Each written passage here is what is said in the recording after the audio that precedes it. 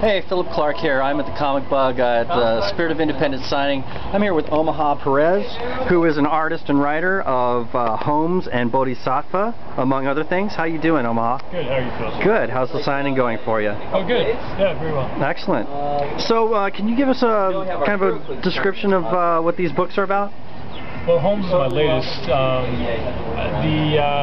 The line I use at conventions is it's essentially recasting Raoul Duke and Dr. Gonzo out of Fear and Loathing in Las Vegas as Holmes and Watson. So it's a Sherlock Holmes parody, it's dark comedy, it's way over the top, Victorian drug humor. Excellent. And Bodhisattva? That's been called kind of a Jack Kirby meets Hindu mythology. And I think that's pretty accurate. It's very Kirby influenced, and it heavily involves the Hindu mythology pantheon. Now you've had a pretty wide and varied career in comics so far. You've done a couple anthologies for slave labor graphics, like the Raw Periphery anthology. And yeah, I did the Raw Periphery for slave labor. I think that came out in '97. I did another anthology for Millennium called Shock the Monkey, and my first full book was like '94, '95 through Fanico, and that was called Pray for Us Sinners. Pray, P-R-E-Y. And still something I get emails about 12 years later. Nice. Now, how long have you been drawing? All my life. I went to art school, graduated in '93. I probably wasn't really aware until college years that I was going to pursue art as a career. But I think I lasted a year at SF State and just a regular bachelor's program before I decided I had to focus and just do art school.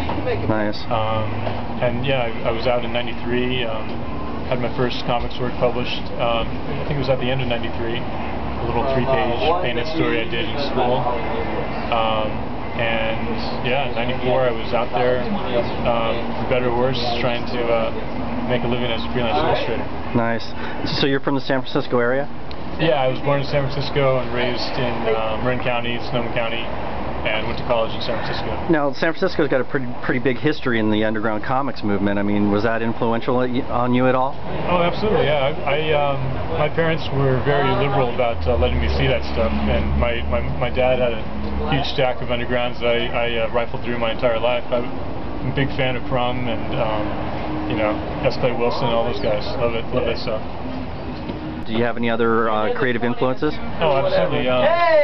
Illustrators. I always cite Baron Story as my biggest influence. He was my favorite teacher in art school, and literally a genius illustrator.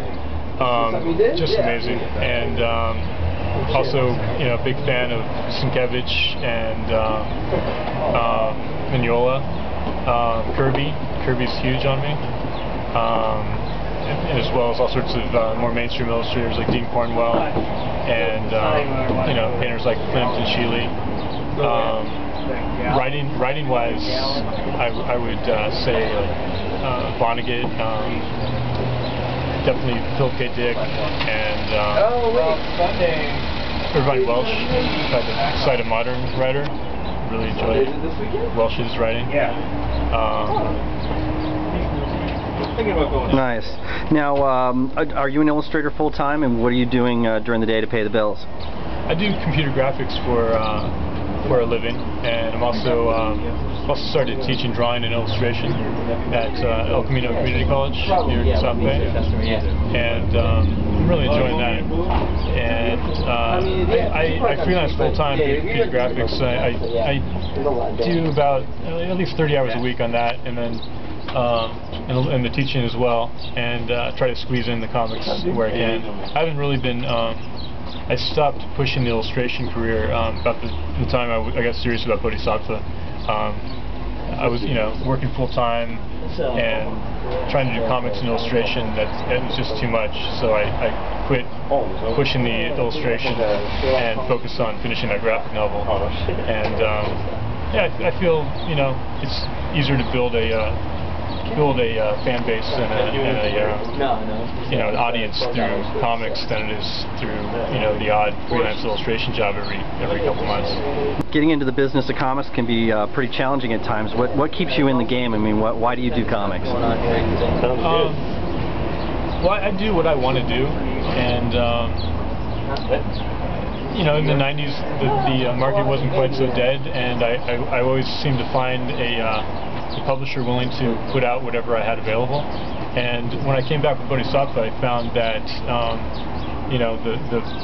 the idea isn't a real commercial prospect, and that was a lot more of a concern to even small publishers than it had been even in the 90s. And so I did the thing, so I wanted to put it out, so I did it myself. And Holmes, I don't think I ever really considered taking it to anybody else. I just, part of that's because I work full time, and I have to squeeze the comics work in where I can. So I didn't want to have that kind of, I didn't want to have a publisher hounding me for pages. I just wanted to do it as I could do, as I could on my own time, and release it when I had it all done. So that's really why I've gotten into self-publishing. And I guess I'm not, I love the superhero stuff, I love Marvel and DC. When I was a kid, as an adult, I just not particularly interested in this stuff.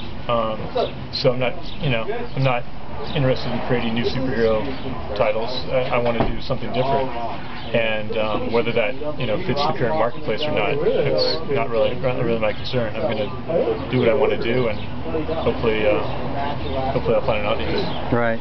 Now, what kind of advice would you give the aspiring creator that wanted to get into the business, or any advice? Well, I think whether you're doing illustration or writing or comics of any kind, I think it's just important to do what you're really interested in. If you have a love for what you're working on, it's going to show through, and that'll be your best work. I've done many freelance illustration jobs, all sorts of paid staff work on video games and things like that. And my strongest work is always the stuff I do on my own time for myself. And I've done some things I'm really proud of for clients and for large companies, but I'm most proud of the work I do for myself, and I think that's reason enough to do it. Very cool. And if people want to get in touch with what you're doing and learn more about Omaha Perez and his titles, where would they go online to find you? It's real easy, omahaperez.com. Simple enough, man. All right, thanks, Omaha. Thanks, Bill.